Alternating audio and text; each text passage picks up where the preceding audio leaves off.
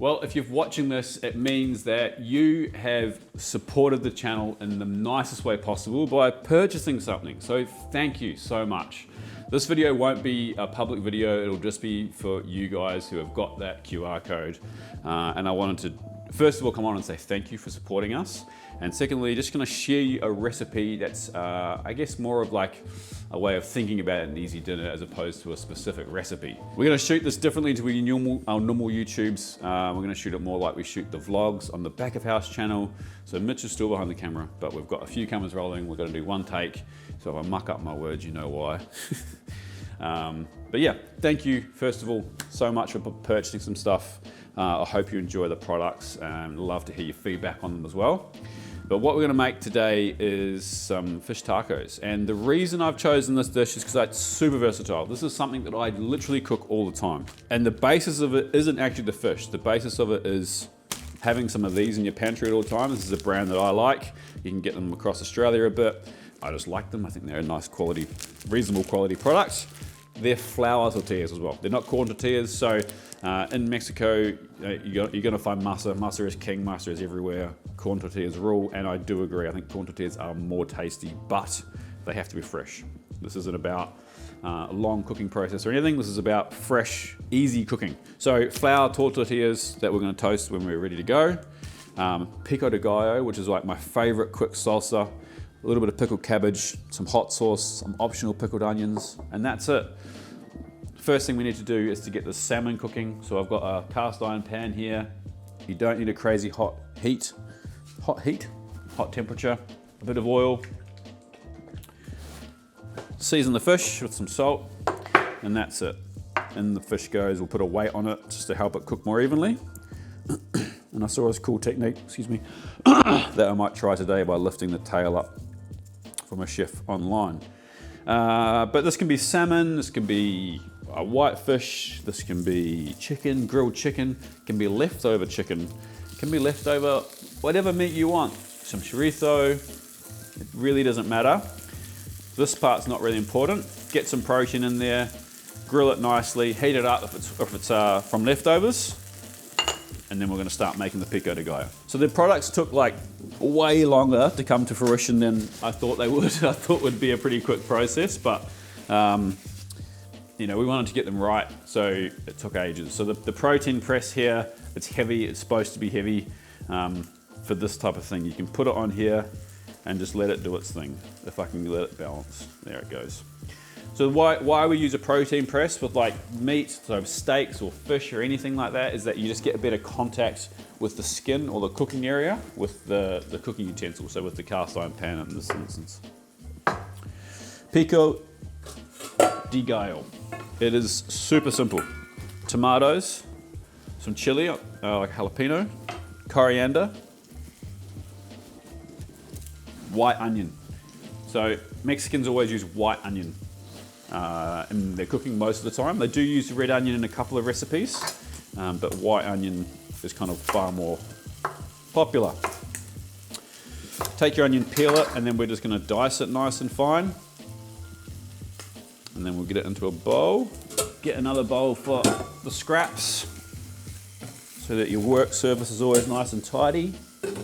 So we'll pretty much cook that salmon almost all the way through on that one side. So this doesn't need to be super fine. Just run your knife through it one way and then back through the other way.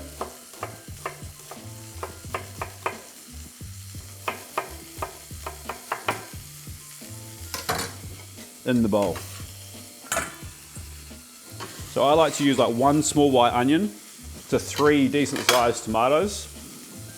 I want to make sure your tomatoes are nice and ripe. Check on this, looking good. Same thing with tomatoes, we're going to dice these relatively small. The reason you want this small is because you don't want big pieces falling out of your taco when you're trying to take a bite.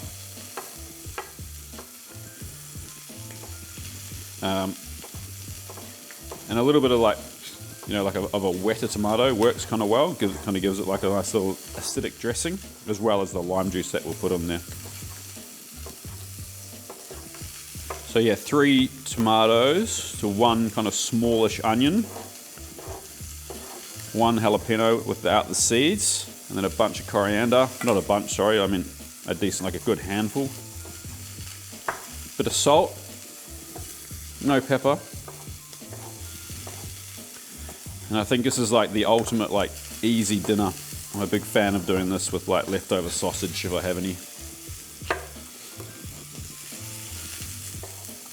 The salmon's an interesting one. I don't know if they eat much salmon in Mexico, to be honest. I wouldn't imagine that they do. But they definitely eat a lot of like prawns or shrimp. That's another good thing to keep. There's some frozen shrimp in the freezer. You can see here, Mitch can probably get in a bit closer there. We're starting to kind of almost cook through, which is what we're after. Turn that heat down a bit. We can take the pressure off now, or the protein press off now, because it's kind of done its job. It's all nice and flat. And if you leave it on there for the full cooking time, you kind of tend to start squashing it a little bit too much. We'll just let the temperature nice and low on that. We've got time. We're still going to make this rest of the salsa and then slice some red cabbage, so no stress.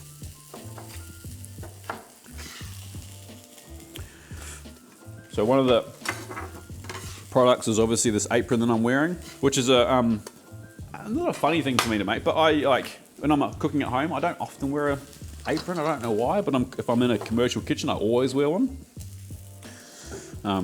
So yeah, I mean, I'll wear this when I kind of need to. I guess I wore it today because it probably made sense, but and we've got some other products kind of in the works as well, which I'm super excited to bring those to life as well. They've been taking a bit longer to come to get right, I guess. But we didn't want to wait any longer, so we thought we'd just kind of start with the ones that we've got now. So we're going to kind of finely dice this jalapeno, a little bit of spice.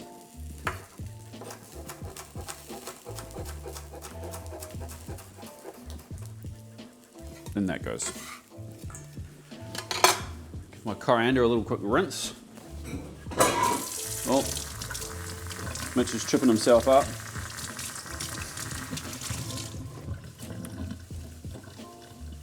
And, you know, this is weeknight cooking. Just bunch it up, run a knife through it. In a restaurant, or if I was being a bit more careful, I'd be picking the leaves off before I cut it. But, you know, sometimes it's okay to just throw things together a little bit. Juice of a lime if it's a nice juicy one, 2 if they're dry. Andy Cook's elbow coming out. Yeah. Yeah, I don't know. I feel like there's not much improvement on this already perfect product. That's enough lime juice, I think. Season with some salt. Give it a mix. I'll use one of my new spoons. And that's the pico de gallo. This is, like most things, is best fresh, but honestly, I always make extra and leave it in my fridge. If I don't have some of these hanging around, like I'll often make heaps of this, and then if I've been working all day cooking, making content at night time, I'll just literally grill some chicken, cook some rice, pico de gallo, and that's my dinner. I love this stuff. Cool, that's that done. The only other thing we're gonna do is just slice some cabbage now, and it can be just that. You can just use tortilla, lots of this, that, some hot sauce, done. But I have got some cabbage there. So we're just gonna slice that really fine, and I will use a mandolin for that, but you can just use a knife. Mandolin's easy because it's like super consistent. And you get nice fine ribbons. Just don't cut yourself.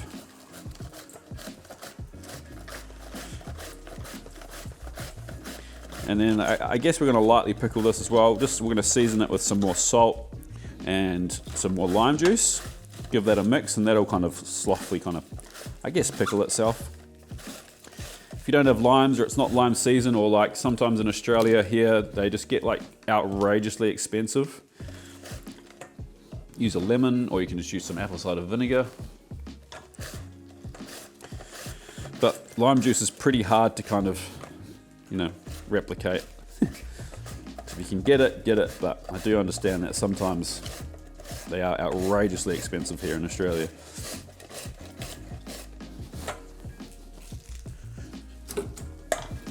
So there's our cabbage, nice and even.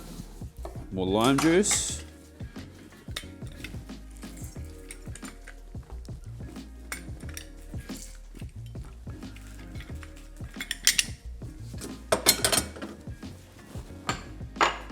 Big pinch of salt, and right on cue, a courier is just showing up. So we're going to keep this as raw as possible. Caitlin! She's here. And you'll see this change colour. It'll get nice and vibrant. It'll almost go pinky as opposed to kind of so purpley, just because of the acid from that. There you go.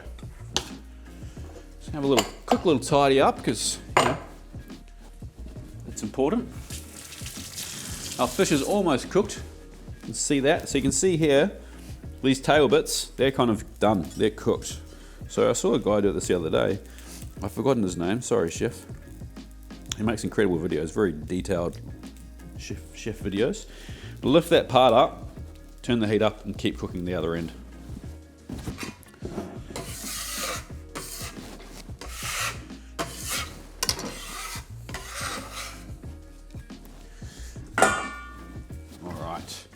That's it. I mean, how long's that taking? I don't know, you can probably see the... 14 minutes, there you go. chef. 14 minutes. We're almost ready. We're going to toast these. There's a couple of ways you can toast them. You can do them in another pan, or you can just do it straight over the open flame. Depends on what I'm doing, or how lazy I'm feeling. Am I using the right one? Yep.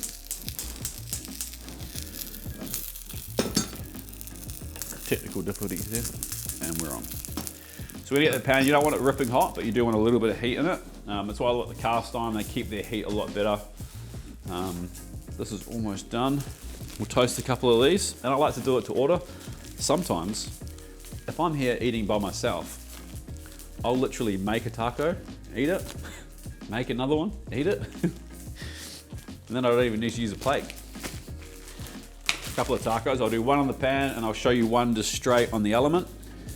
We got pico de gallo, some pickled cabbage. I've got some pickled red onions here too that I had in the fridge, which work well. The reason I pulled these out is because you can, like, if you don't have the cabbage, but you have got some pickled onions or pickled peppers, you know, use that instead of your cabbage. Use whatever you've got. I think this is kind of like the base of any good taco, is like the pico de gallo. Making sure you got some nice protein, some half decent tacos, and you are laughing. It's a plate here I prepared earlier. Well, actually Mitch prepared. And we're gonna flip this over, just finish cooking these on the other side. Look at that. Golden, crispy skin. Stunning! How much heat we got there? Not much. I'll show you the other method while we're waiting for that to heat up. Turn the heat completely off that one. The fish, that is, off that one, like you know what I was doing.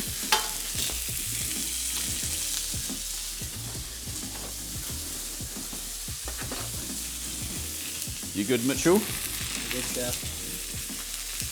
So this is the cheats way to do it when I'm feeling really lazy. Just straight on the open flame. The issue with this is that sometimes it will kind of catch in one spot. A little bit of char is kind of fine, but just keep your eye on it. And then that's the other way, straight in a dry pan. Make sure that doesn't catch on fire.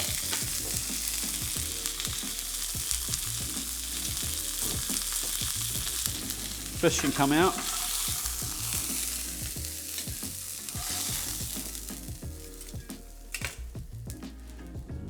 That's off. How's this going? Good.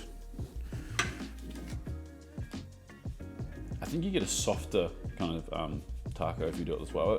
Probably just a more even cook as opposed to this. But all right. Kind of assemble this however you want. I like to put the fish on first, so we'll wait for this one to be done, which is almost ready. We're gonna slice this fish in half, straight down, and it seems like a strange way to do it. I'm actually gonna take that tail piece off as well. I'm gonna flip it over onto its skin, and then cut through, and then cut through the skin. And the reason I do that is because it's easier to cut through the skin that way than the other way. Pretty happy with how that fish is cooked. It's still nice and pink in the middle, crispy skin on the outside. Other taco shell there. Another piece of fish. Snacks. Yum.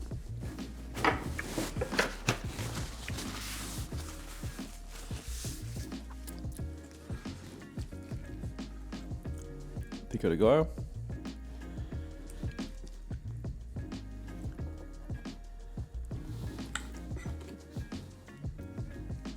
Cabbage.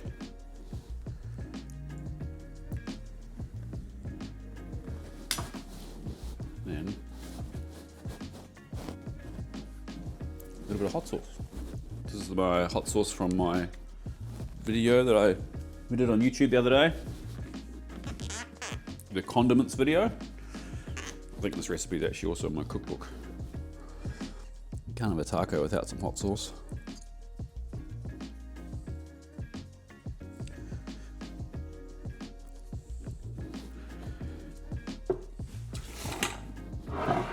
And there you go. That's one of my constant weeknight meals.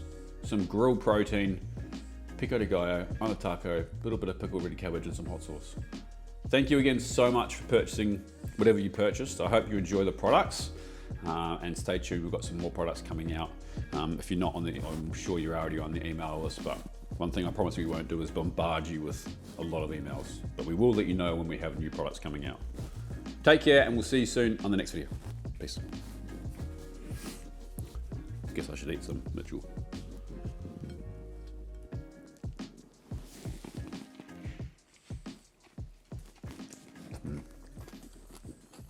That's cool.